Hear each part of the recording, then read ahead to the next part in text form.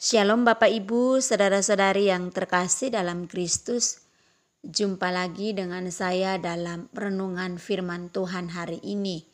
Doa dan harapan saya, Bapak Ibu, saudara-saudari terpelihara baik dengan damai sejahtera daripada Tuhan kita, Yesus Kristus. Sebelum kita merenungkan firman Tuhan, baiklah mari kita berdoa. Bapa di surga, Bapa di dalam nama Tuhan Yesus Kristus, kami sungguh mengucap syukur di hari yang baru ini kami boleh diberi kesempatan lagi untuk merenungkan firman-Mu.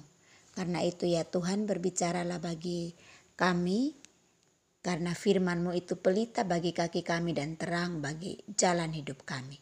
Kami siap untuk merenungkan firman-Mu, demi Kristus Yesus kami berdoa. Amin. Tema firman Tuhan hari ini adalah cara pandang.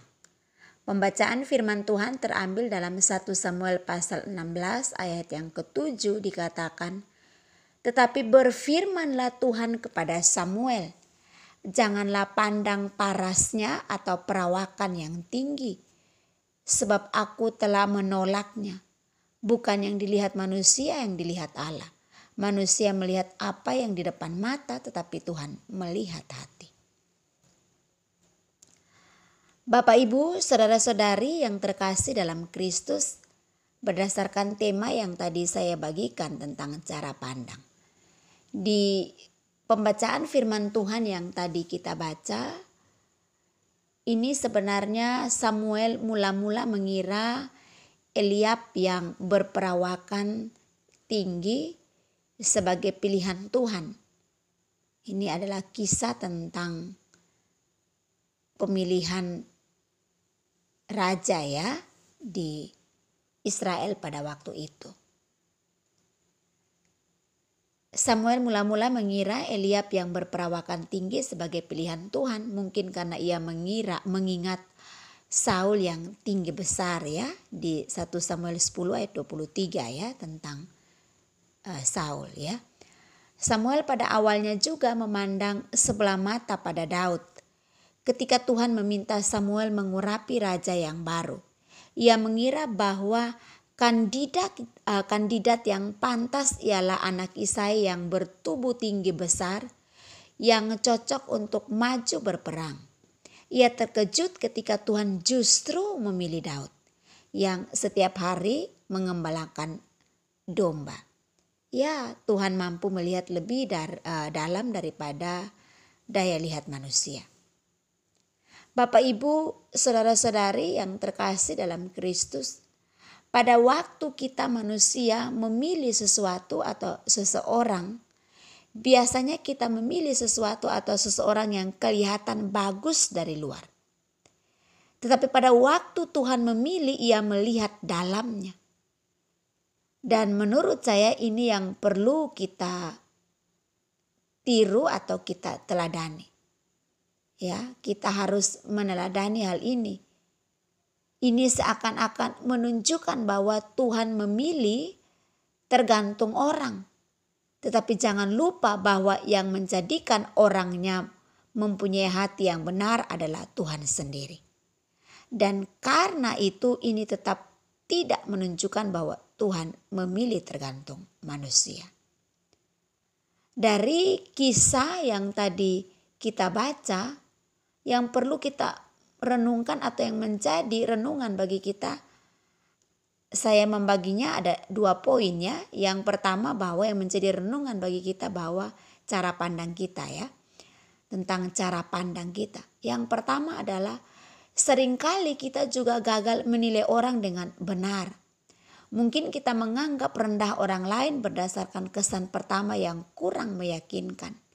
Padahal ia sebenarnya berpotensi besar, bahkan mungkin lebih baik dari kita. Karena itu janganlah terburu-buru dalam menilai orang lain. Apalagi seorang yang akan menjadi pemimpin. Sebab jika Tuhan yang pilih, ia pasti melengkapi orang pilihannya untuk memimpin. Lalu yang kedua, mari belajar melihat dan menilai seperti Tuhan memilih Daud yang dianggap kecil, rendah, bahkan tidak masuk hitungan oleh dunia. Itulah yang Tuhan pilih. Bapak Ibu, saudara-saudari yang terkasih dalam Kristus, manusia sering melihat hanya apa yang ada di depan mata, lalu tertipu oleh matanya sendiri. Ketika Tuhan memilih seseorang, itu bukan karena ia mampu, tetapi karena Tuhan yang memampukannya. Karena itu, mari kita selaraskan cara pandang kita dengan cara pandang Tuhan. Mari kita belajar bagaimana cara Allah memandang, cara Allah melihat segala sesuatu. Tentu dari perspektif atau cara pandang Tuhan itu jauh lebih sempurna ketimbang manusia. Mari kita terus belajar dari Tuhan, apa yang menjadi kerinduan Tuhan, apa yang menjadi pola pikir Tuhan atau cara pandang Tuhan, itu yang patut kita teladani dalam hidup ini. Karena itu saya percaya bahwa ketika kita cinta Tuhan, ketika kita mengasihi Tuhan, Tuhan juga tahu hati dan hidup kita. Dia memandang apa yang dari dalam hati kita atau dari hidup kita. Dia mengenal kita melebihi siapapun mengenal kita. Dan tentu cara pandang Tuhan jauh berbeda dibanding manusia. Karena itu mari kita terus belajar selaraskan cara pandang kita dengan cara pandang Allah. Kiranya renungan firman Tuhan ini menjadi berkat bagi kita. Dan mari kita terus berdoa kepada Tuhan. Kita terus mencintai Tuhan, mengasihi Tuhan dalam hidup ini. Mari kita berdoa. Bapa di surga, kami sungguh mengucap syukur untuk kebenaran firman-Mu yang sudah mengajarkan kepada kami bagaimana kami mempunyai cara pandang seperti cara pandang-Mu ya Tuhan.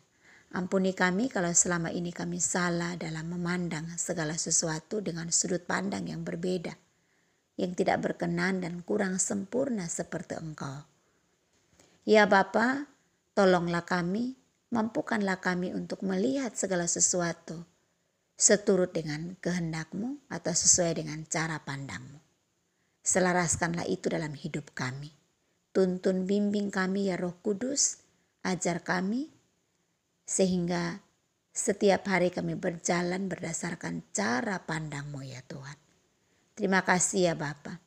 Di kesempatan ini hamba berdoa untuk setiap para pendengar dimanapun berada, yang mengalami tantangan, pergumulan, kesulitan, yang berjuang dalam kehidupan ini.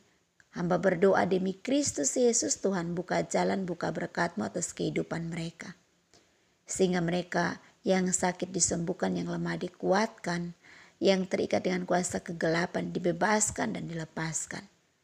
Sehingga kami boleh mengalami kemenangan di dalam Kristus. Terima kasih ya Bapa, sempurnakan dan meteraikan benih firman-Mu dan mampukanlah kami untuk mempraktekannya dalam kehidupan kami. Terima kasih ya Bapa, kami menyerahkan seluruh kehidupan kami di sepanjang hari ini dalam pimpinan dan tuntunan-Mu. Demi Kristus Yesus kami berdoa. Haleluya. Amin. Bapak Ibu, saudara-saudari yang terkasih dalam Kristus, demikianlah renungan firman Tuhan kita hari ini. Kiranya Tuhan memberkati kita. Sampai ketemu lagi dalam renungan berikutnya. Shalom.